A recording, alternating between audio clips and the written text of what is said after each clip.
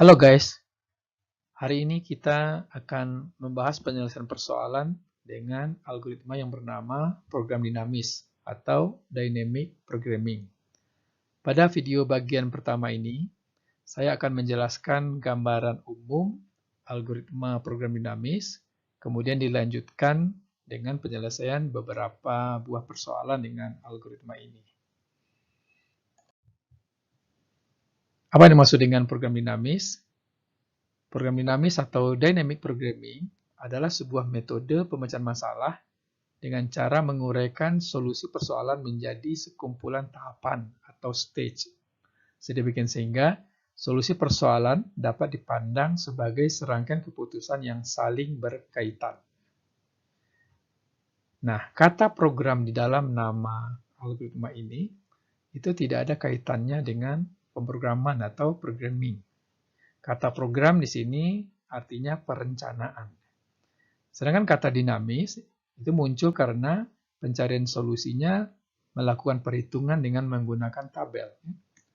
Tabel ini dapat tumbuh atau berkembang, bertambah. Jadi kata berkembang ini semakna dengan dinamis. Oleh karena itulah diberi nama algoritma ini dengan dynamic programming. Program dinamis umumnya digunakan untuk menyelesaikan persoalan-persoalan optimasi, yaitu persoalan yang memaksimumkan atau meminimumkan objektif dari persoalan itu. Misalnya pada persoalan knapsack kita memaksimumkan keuntungan. Sedangkan pada persoalan TSP kita mencari tour yang memiliki bobot minimum. Tadi sudah saya sebutkan bahwa program dinamis ini mencari solusinya secara tahap per tahap, step by step. Hal ini mengingatkan kita juga pada algoritma greedy, karena algoritma greedy juga mencari solusinya step by step. Namun terdapat perbedaan mendasar antara algoritma greedy dengan program dinamis. Pada algoritma greedy hanya satu rangkaian keputusan yang dihasilkan. Sedangkan pada program dinamis terdapat lebih dari satu rangkaian keputusan yang dipertimbangkan. Nah, untuk memberikan gambaran keduanya, saya contohkan pada persoalan mencari lintasan terpendek pada sebuah graf ini. Carilah lintasan terpendek dari simpul 1 ke simpul 10. Kalau kita menggunakan algoritma greedy, kita misalkan strategi greedy-nya adalah dari setiap simpul, ambil sisi dengan bobot terkecil ke simpul berikutnya. Maka dari simpul 1, di sini kita pilih sisi yang berbobot terkecil, yaitu sisi berbobot 2. Berarti dari 1 sekarang ke 2. Dari 2 kita pilih yang sisi berbobot terkecil, yaitu 4. Berarti dari 2 ke 6. Dari 6 kita pilih sisi yang berbobot terkecil, yaitu 3. Berarti ke 9. Dari 9 hanya satu pilihan, yaitu sisi berbobot 4, itu 10. Sehingga lintasannya adalah 1, 2, 6, 9, 10. Dengan total bobotnya 2 ditambah 4, ditambah 3, ditambah 4. Sama dengan 13. Ternyata ini bukan solusi optimal. Karena lintasan terpendek yang optimal mempunyai bobot 11. Dari mana datang 11? Nanti akan kita hitung dengan program dinamis. Nah, di sini pada algoritma greedy, kita hanya menghasilkan satu rangkaian keputusan saja, yaitu 1, 2, 6, 9, 10. Nah, kita tidak bisa mundur ke tahap sebelumnya. Sedangkan pada program dinamis, pada setiap tahap itu terdapat lebih dari satu rangkaian keputusan. Nah, ini akan kita jelaskan nanti pada slide-slide berikutnya. Program dinamis itu menggunakan sebuah prinsip yang disebut dengan prinsip optimalitas. Prinsip optimalitas itu berbunyi, jika solusi total atau solusi keseluruhan optimal, maka bagian solusinya sampai tahap ke K juga optimal. Prinsip ini berarti bahwa jika kita bekerja dari tahap K ke tahap K+1, kita dapat menggunakan hasil optimal dari tahap sebelumnya, yaitu tahap K, tanpa harus menghitung lagi dari tahap pertama. Hal ini dapat saya ilustrasikan dengan model seperti ini. Ya. Misalkan, tahapan persoalan yang diselesaikan dengan program dinamis itu terdiri atas N tahap. Tahap 1, 2, sampai tahap ke N.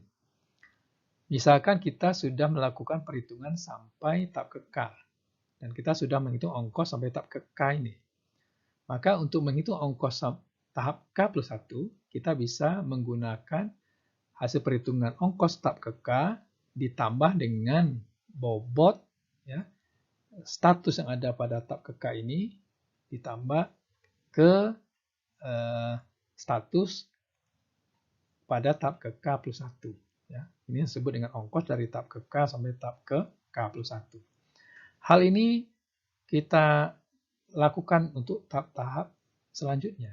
Sampai pada tahap terakhir, ongkos pada tahap ke N itu adalah ongkos yang dihasilkan pada tahap ke N-1 ditambah ongkos dari tahap ke N-1 ke tahap N.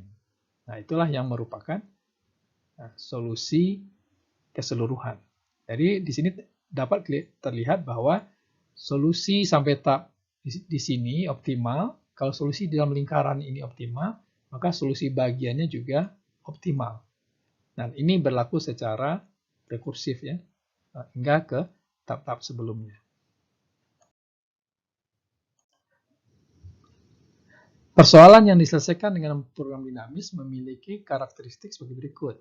Pertama, solusi persoalan dapat dibagi menjadi beberapa tahap atau stage, yang pada setiap tahap hanya diambil satu keputusan. Kedua, masing-masing tahap terdiri dari satu atau lebih status atau state ya, yang berhubungan dengan tahap tersebut. Nah, apa yang dimaksud dengan status di sini? Status itu merupakan bermacam kemungkinan masukan yang ada pada tahap tersebut. Ya. Artinya bermacam kemungkinan pilihan pada tahap tersebut. Nah, hubungan antara status dan tahap itu dapat digambarkan dengan sebuah graf yang disebut dengan graf multi-tahap atau multi-stage graph. Jadi di sini ada tahap 1, tahap 2, 3, 4, 5. Setiap tahap memiliki satu atau lebih status. Ini tahap 1 memiliki satu status, tahap 2 memiliki 4 status, tahap 3, 3 status, dan seterusnya. Ya.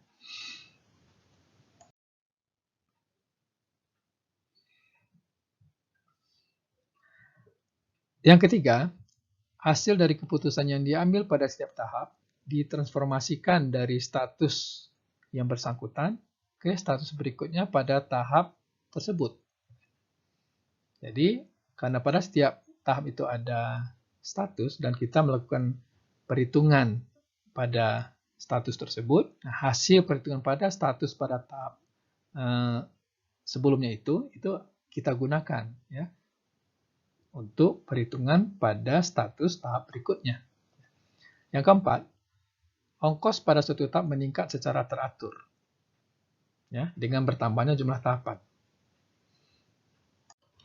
Di sini kita mengasumsikan bahwa bobot-bobot pada persoalan itu seluruhnya bernilai positif. Sehingga ketika tahapnya meningkat, maka ongkosnya juga akan meningkat ya, secara teratur. Tidak pernah turun, ya, selalu menaik. Yang kelima, ongkos pada suatu tahap bergantung pada ongkos tahap-tahap yang sudah berjalan dan ongkos dari tahap tersebut ke tahap berikutnya. Jadi, dengan menggunakan prinsip optimalitas itu, nilai optimal atau ongkos pada suatu tahap merupakan penjumlahan dari ongkos pada tahap-tahap sebelumnya. Yang keenam, nah ini yang paling sulit dan agak sukar menemukannya, yaitu adanya hubungan rekursif yang mengidentifikasikan keputusan terbaik untuk setiap status pada tahap K yang memberikan keputusan terbaik untuk setiap status pada tahap ke K plus 1. Nah, jadi kita harus mencari formula yang menghubungkan nilai optimal pada suatu tahap ya dengan nilai optimal pada tahap sebelumnya. Yang ketujuh, prinsip optimalitas berlaku pada persoalan tersebut. Nah, ini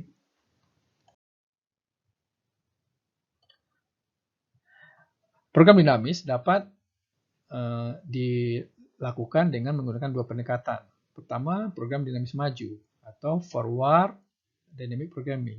Di sini kita melakukan perhitungan mulai dari tahap 1, 2, 3 sampai dan seterusnya sampai tahap N.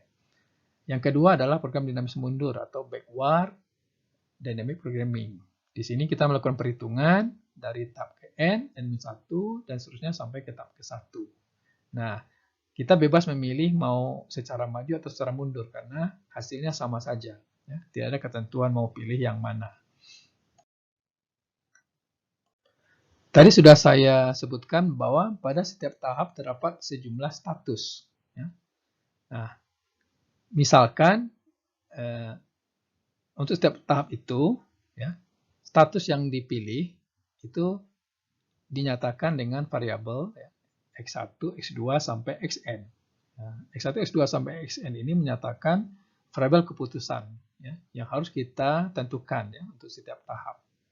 Pada program dinamis maju, rangkaian perubahan keputusan yang kita hitung adalah X1, X2 sampai Xn. Sedangkan pada program dinamis mundur, kita harus menentukan nilai perubahan keputusan mulai dari Xn, Xn-1 sampai X1.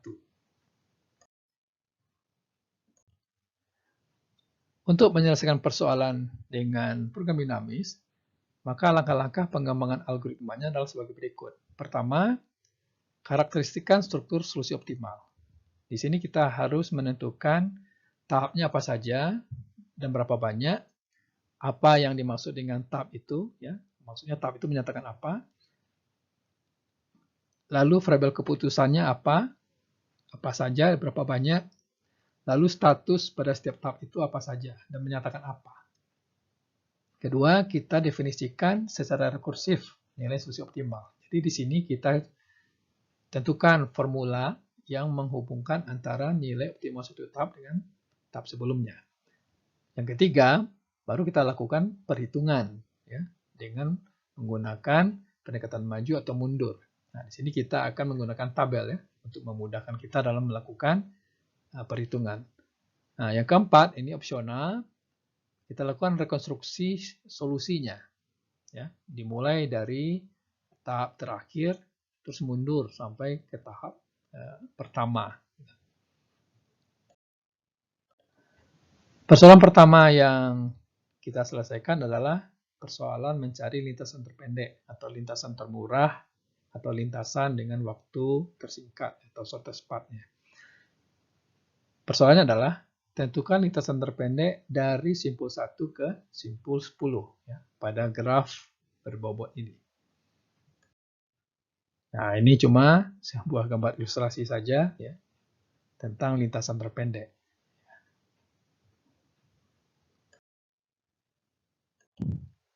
Langkah pertama adalah kita karakteristikan struktur solusi optimal. Jadi di sini kita definisikan apa saja menjadi variabel-variabelnya. Ya. Variabelnya ada 4, X1, X2, X3, X4. Ya, ini adalah simpul-simpul yang dikunjungi pada tahap K.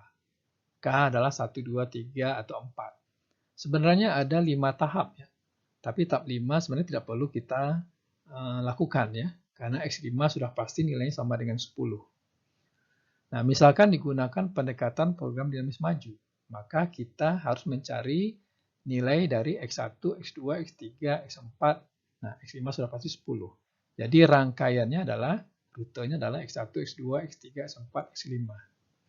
Kemudian kita definisikan tahapnya. Tahap di sini adalah proses memilih simpul tujuan berikutnya. Itu ada 4 tahap. Saya nyatakan dengan K. Status ini berhubungan dengan simpul pada tahap tersebut. Jadi status atau S yang berhubungan dengan masing-masing tahap adalah simpul-simpul di dalam graf tadi. Nah, ini bisa saya bagi-bagi begini. Jadi, ini tahap 1. Nah, ini variabelnya X1. Nah, ini sudah pasti sebenarnya 1. Tahap 2, variabel keputusan adalah X2. X2 ini nilainya bisa 2, 3, atau 4. Tahap 3, variabel keputusannya X3. Bisa nilainya 5, 6, atau 7. Tahap 4, variabel keputusan adalah 4. Bisa nilainya adalah 8 atau 9. Dan tahap 5 ini pasti 10. Nah, jadi simbol-simbol ini menyatakan state atau status. Selanjutnya kita definisikan hubungan rekursif solusi optimal. Nah, ini yang menurut saya yang paling sulit. Ya, kita harus menemukan relasi recurrence yang menyatakan lintasan terpendek. Nah, tapi karena kita menggunakan prinsip optimalitas, ya, yang menyatakan bahwa nilai optimal pada tahap sekarang adalah nilai optimal pada tahap sebelumnya ditambah ongkos dari tahap sebelumnya ke tahap sekarang. Jadi kalau saya nyatakan dalam formulasinya adalah FKS, ya, S itu state ya pada tahap ke K, itu adalah nilai optimal pada tahap sebelumnya dengan variabel keputusannya XK, ya, FK-1, ditambah ongkos ya, dari tahap ke K ke tahap S. Nah, karena ini formulasinya rekursif berarti ada basisnya. Nah, basisnya adalah F1S yang pada tahap ke-1, yaitu bobot sisi dari simpul X1 ke simpul S.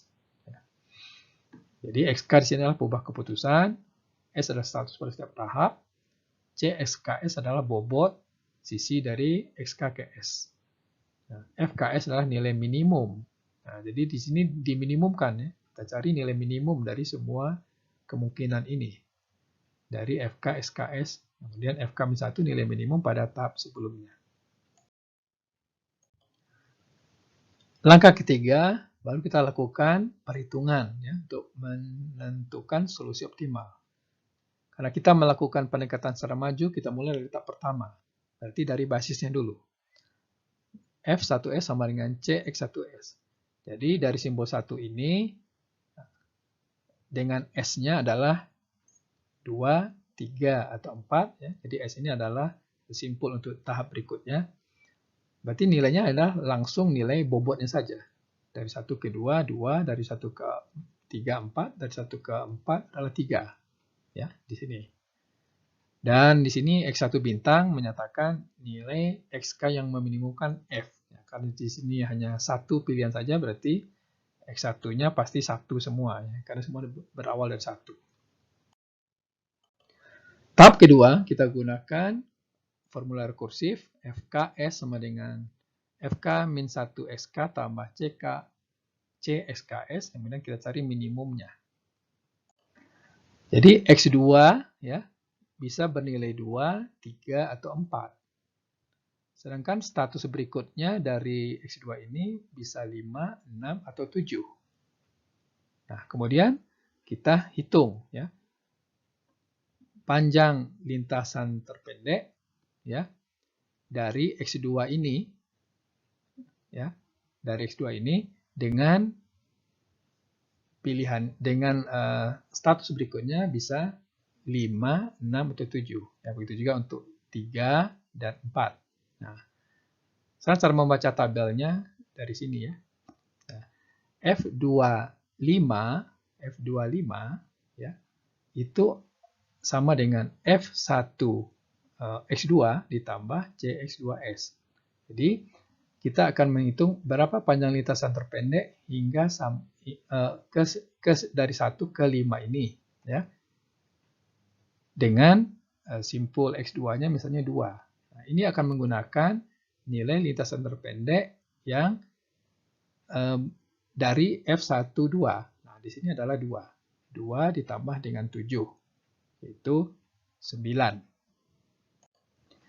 Nah, jika X2-nya 3, maka kita hitung ya berapa panjang lintasan terpendek dari 1 ke 5 ya dengan menggunakan nilai optimal sampai ke simpul 3 ini. Berarti dari 1 ke 3 sudah kita hitung pada tahap sebelumnya adalah 4 ditambah dengan dari 3 ke 5 yaitu 3 berarti 7 ya.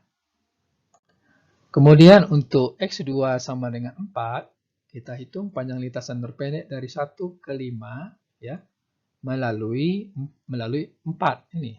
Nah, kita akan menggunakan nilai lintasan terpendek yang sudah dihitung sebelumnya yang dari 1 ke 4 yaitu 3 ya, ditambah dengan bobot sisi dari 4 ke 5 yaitu 4. Berarti 3 tambah 4 7. Nah, kemudian kita cari nilai minimum dari ketiganya ini ya, minimum. nilainya adalah 7. Ya, itu diperoleh kalau X2-nya adalah 3 atau 4. Cara yang sama, kita hitung pula untuk S-nya sama dengan 6 dan 7. Ya, jadi ini akan misalnya untuk yang 6 ya, kalau misalnya dari 2, maka panjang lintasan terpendek dari 1 ke 6 itu menggunakan nilai optimal lintasan terpendek sampai ke 2 ini, ya, yang sebelumnya, yaitu 2 ditambah dengan 4 adalah 6. Ya. Kemudian kalau misalnya X2-nya adalah 3, itu akan menggunakan nilai optimal pada tahap sebelumnya sampai ke 3 ini, yaitu 4 ditambah dari 3 ke 6, yaitu 2 atau 6 juga. Ya. Kemudian kalau X2-nya adalah 4, akan menggunakan nilai optimal pada tahap sebelumnya yang sampai ke 4 ini, yaitu 3 ditambah dengan 4 ke 6, 1, 4. Ternyata nilai dari ketiga ini yang nilai minimumnya adalah 4. Ya, berarti yang dipilih adalah X2-nya adalah 4. Begitu juga untuk yang simpul nomor 7 ini.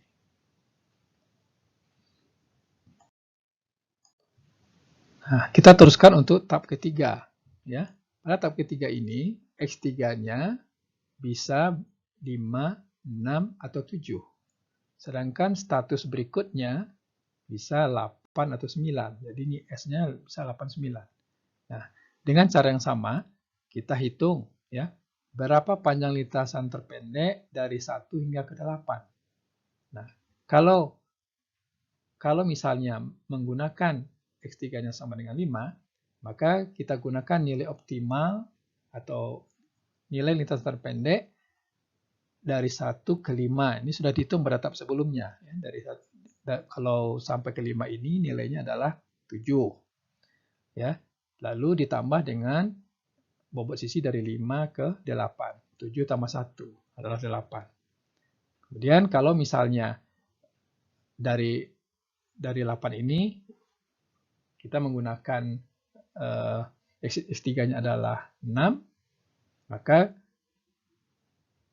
panjang lintasan terpendek dari 1 ke 8 via 6 adalah nilai lintasan terpendek sebelumnya yang melalui 6 ini, sudah kita hitung di sini, itu adalah 4, ditambah dengan dari 6 ke 8. 6 tambah 4, ya, 10.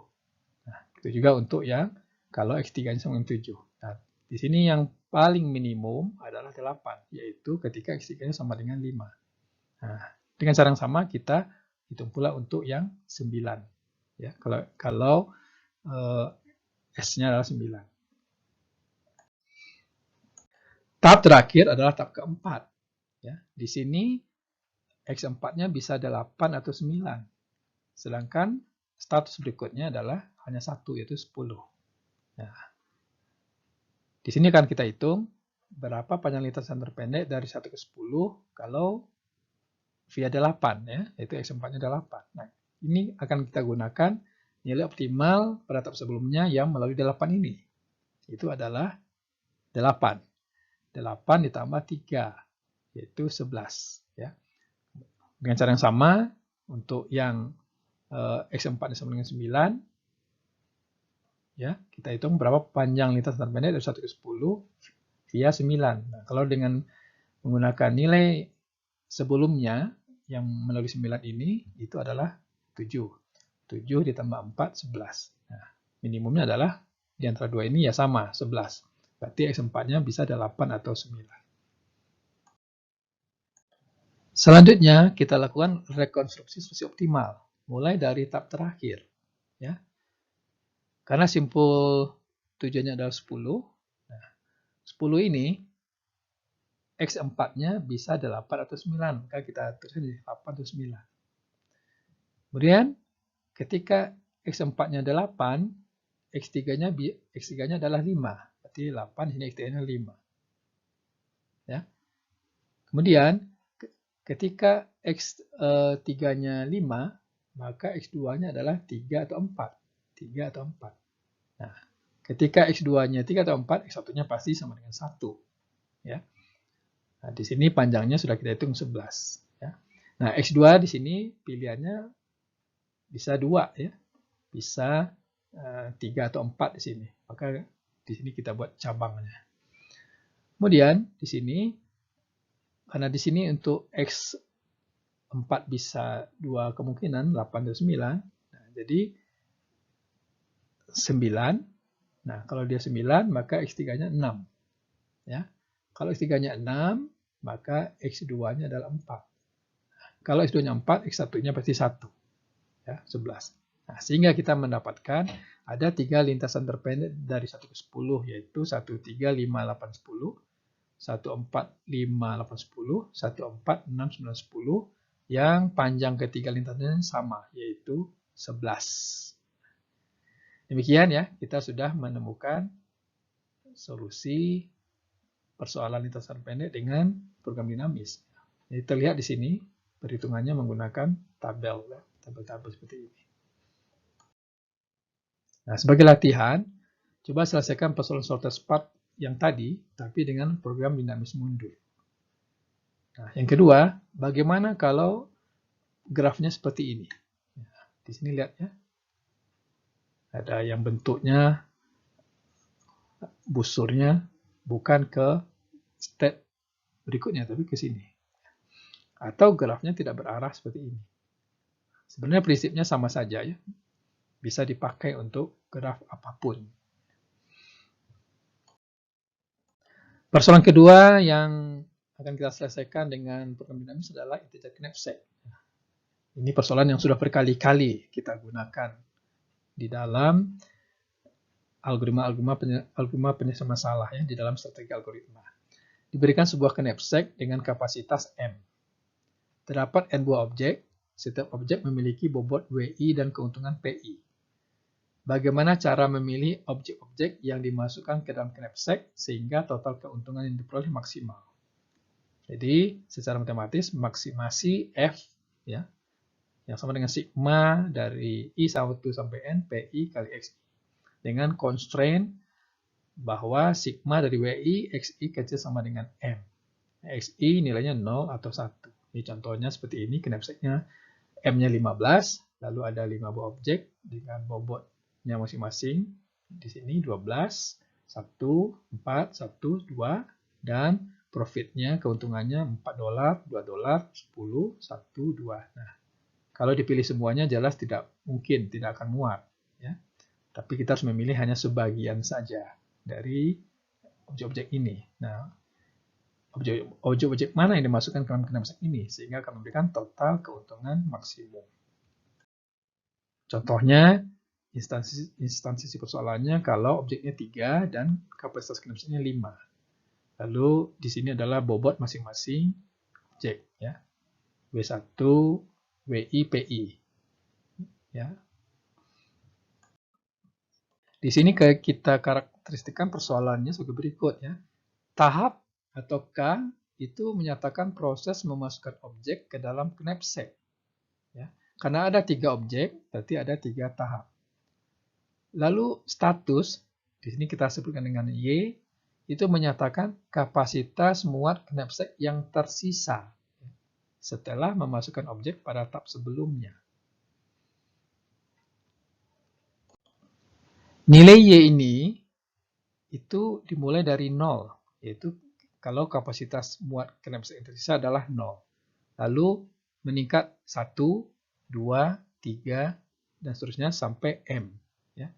Nah, karena kapasitas knapsack ini adalah bilangan bulat, maka pendekatan ini praktis. Maksudnya praktis adalah kita tidak menggunakan nilai kapasitas knapsack itu dalam berbentuk bilangan real. Ya. Karena di sini objeknya itu bobotnya semuanya berupa bilangan bulat.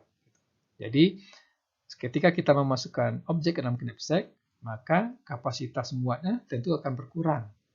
Nah, misalkan ketika memasukkan objek pada tahap K, kapasitas muat knapsack sekarang adalah Y kurang WK. Jadi, objek ke K ini bobotnya WK. Jadi, setelah dimasukkan objek ini ke dalam knapsack, jadi kapasitas knapsack sekarang adalah kapasitas sebelumnya, yang tersisa adalah Y, lalu dikurang dengan WK. Untuk mengisi kapasitas sisanya, kita menerapkan prinsip optimalitas dengan mengacu pada nilai optimum dari tahap sebelumnya untuk kapasitas yang tersisa sebesar Y kurang WK. Jadi nilai optimum pada tahap sebelumnya itu kita nyatakan sebagai FK-1 jika kapasitas muat knapsack yang tersisa adalah Y dikurang WK. Selanjutnya, kita bandingkan nilai keuntungan pengisian pada tahap K, yaitu objek yang kita masukkan adalah objek yang ke K, berarti profitnya adalah PK. Ditambah dengan nilai keuntungan dari tahap sebelumnya, apabila kapasitas knapsack yang tersisa adalah Y dikurang WK.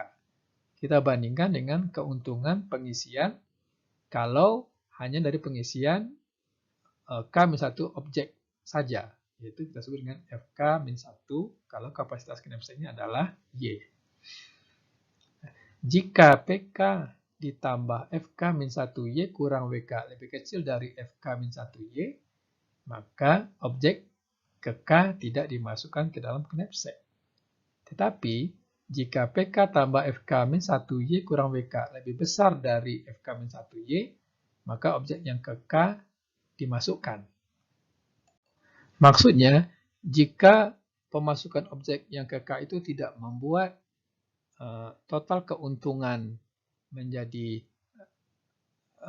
tidak lebih besar dari keuntungan pada tahap sebelumnya untuk kapasitas knapsack sebesar Y, maka objek itu tidak perlu kita masukkan ke dalam knapsack. Tapi jika penambahan objek ke dalam knapsack, penambahan objek yang ke dalam knapsack mengakibatkan pertambahan nilai keuntungannya lebih besar dari nilai keuntungan kalau hanya memasukkan K-1 objek dengan kapasitas knapsack sebesar Y, maka objek ke K itu kita masukkan ke dalam knapsack. Maka relasi rekurennya adalah dalam bentuk rekursi seperti berikut ya. Nilai keuntungan optimum pada tahap K untuk kapasitas knapsack sebesar Y adalah nilai maksimum dari dua ini, yaitu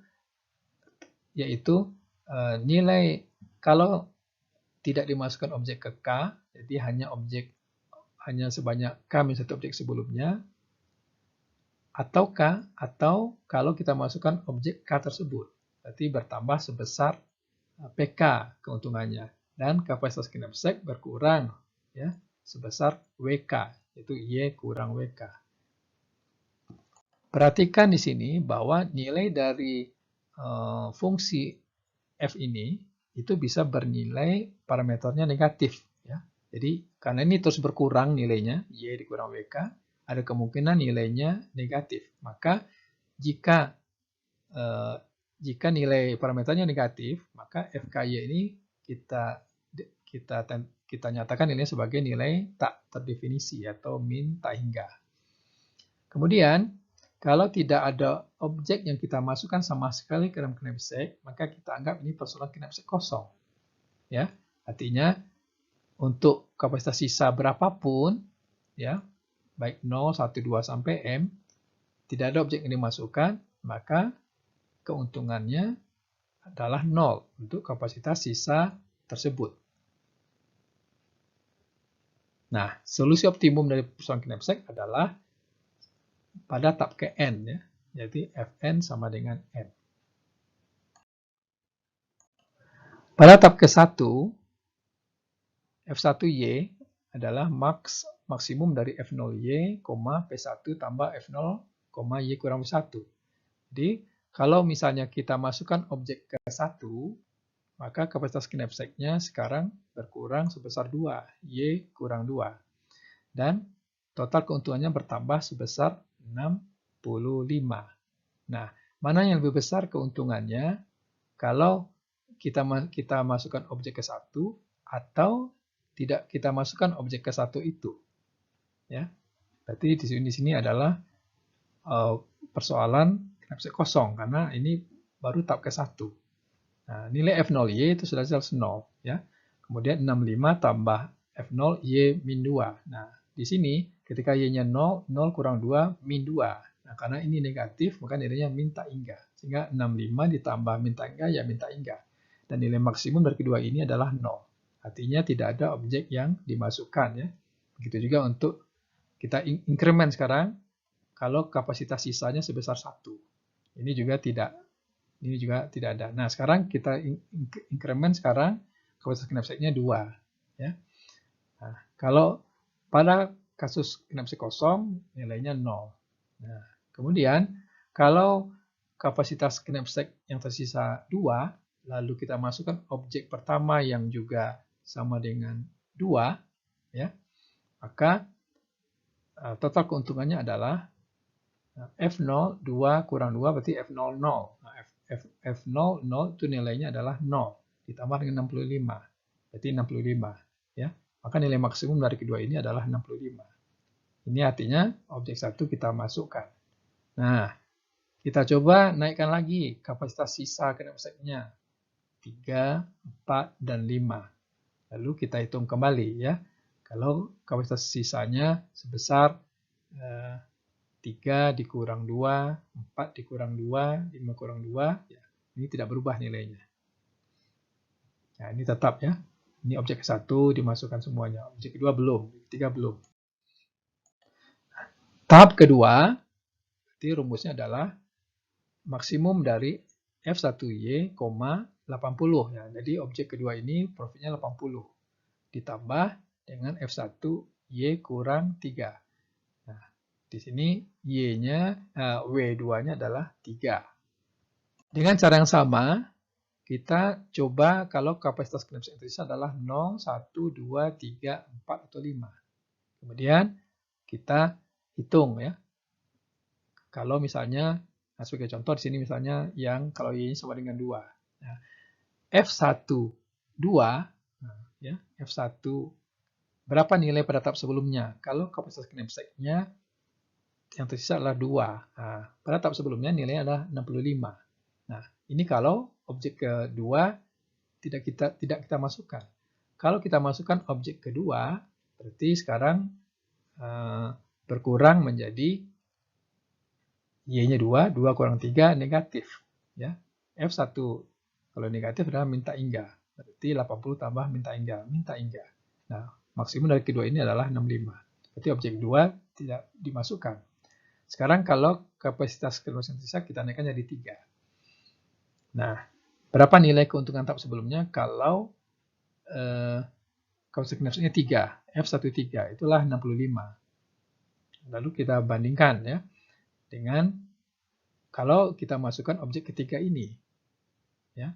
Berarti kalau kapasitas knapsack yang tersisa adalah 3, 3 kurang 3, F0, F10, nilainya adalah 0. Lalu tambah 80. Jadi 80. Nilai maksimum adalah 80. Nah, berarti objek 3 dimasuk, objek nomor 2 dimasukkan kalau begitu. Ya, 0, 1, 0. Ya. Nah, dengan cara sama untuk Y sama dengan 4 dan Y sama dengan 5. Misalnya, di sini, kalau kapasitas knapsack yang tersisa adalah 5, berarti kalau kita masukkan objek yang kedua, maka kapasitas knapsack yang tersisa adalah 5 dikurang 3. Ya, berarti 2. F12 pada tahap sebelumnya adalah 65. 80 tambah 65, 145. Berarti kalau saya masukkan objek nomor 2 di sini, maka keuntungannya akan lebih besar dibandingkan kalau tidak saya masukkan objek nomor 2 tadi. Ya, di sini 110. Dan ini tahap yang terakhir. Di sini persamanya adalah tadi maksimum dari F2Y atau 30 tambah F2Y-1 karena W3 adalah 1. Nah, kita coba untuk kapasitas knapsack 0, 1, 2, 3, 4, atau 5. Ya. Lalu kita bandingkan ya untuk setiap baris ini. Nah, ternyata yang maksimum adalah ketika Y sama dengan 5, yaitu 145. Ya. Yaitu objek 1 dimasukkan, objek 2 dimasukkan, objek 3 tidak. Jadi solusi optimumnya adalah 110 dengan total profitnya adalah 145. Ya. Demikianlah ya algoritma program dinamis ya. Cukup kompleks ya perhitungannya ya.